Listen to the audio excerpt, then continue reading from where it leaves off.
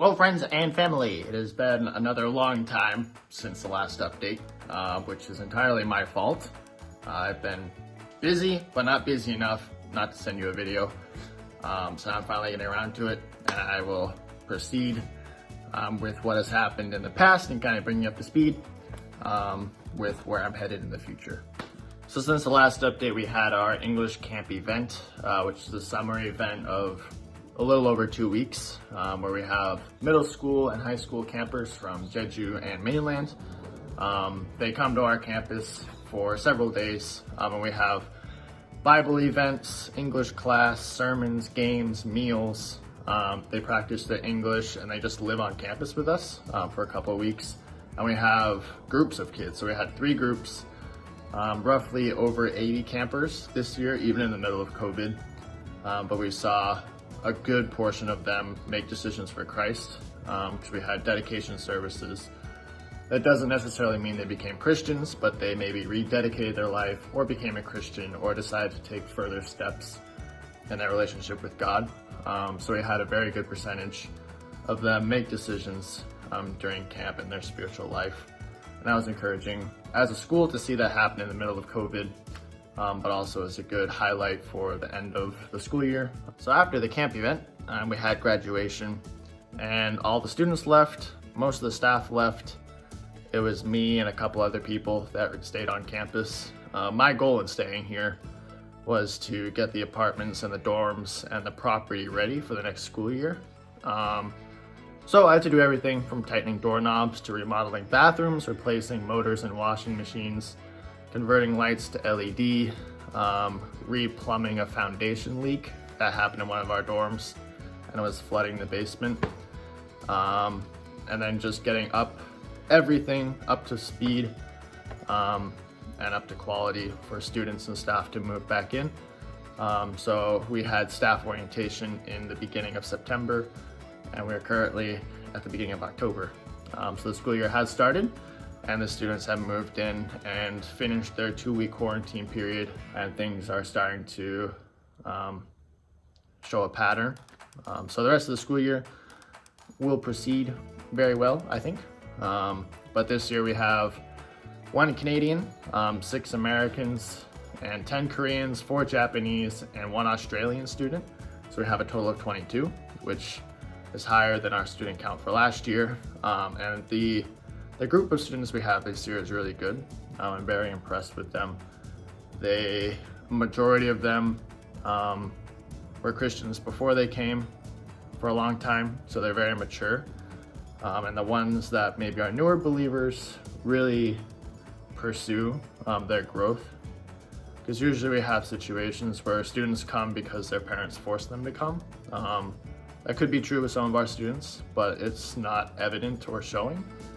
And a lot of them have really just taken up the gauntlet and wanted to make this year very important for them personally, and not just to satisfy their parents. So there's a lot of great leaders that I can see coming out of this class. And already within 3 weeks of the beginning of the year, we have a lot of students that have earned the staff's respect, myself included. So this year is a really great class. I'm super thrilled that I get to be part of it, but also our staff team. This year is more like a friend group, much more so than it ever has been the past 2 years. So this year is really a blessing for me. So since the summertime where I was here working and getting everything ready for campus to start, I've finished most of the dorm fixes or the property fixes. There's still continual issues that come up with things breaking on the property. But aside from that, I have many projects that I'm using to advance the property. So one of them right now, I'm doing a landscaping project, which there was an area of the property that wasn't usable because it had trees and it was rocky and there was hills. So I'm using the last couple weeks to flatten that area out and to make it into a picnic area or an area that we can use during camp for activities, or maybe an outdoor classroom or outdoor eating area instead of the cafeteria. So that's the project I'm working on currently, but in the future, before December, I will be painting the court to have basketball lines, badminton lines, and volleyball lines. And in the middle, there'll be a Word of Life logo. So you'll be able to see that from the plane and kind of advertise our property a little bit. But also I have to make a chicken tractor to make a total of 4 on our property, plus a permanent chicken coop, because we are expanding our poultry division. I actually have an assistant that does that full time, but then also I have to finish the greenhouse, which is still being figured out quite a bit. There's a lot of crossover and stuff that is inaccurate, and things that you can't really get in Asia that you have to make for yourself.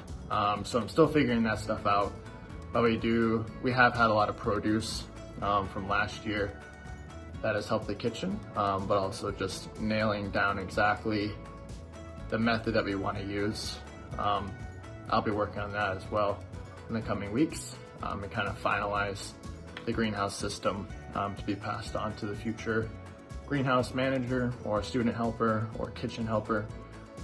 So just figuring out the system that is repeatable and reliable. That's my vision. So that's what I'll be doing in the future after this landscaping project, which should be done in the next couple of days. Since there's new people that have been added, I'm gonna kind of show you a quick snapshot of our property. We have about 10 acres of land.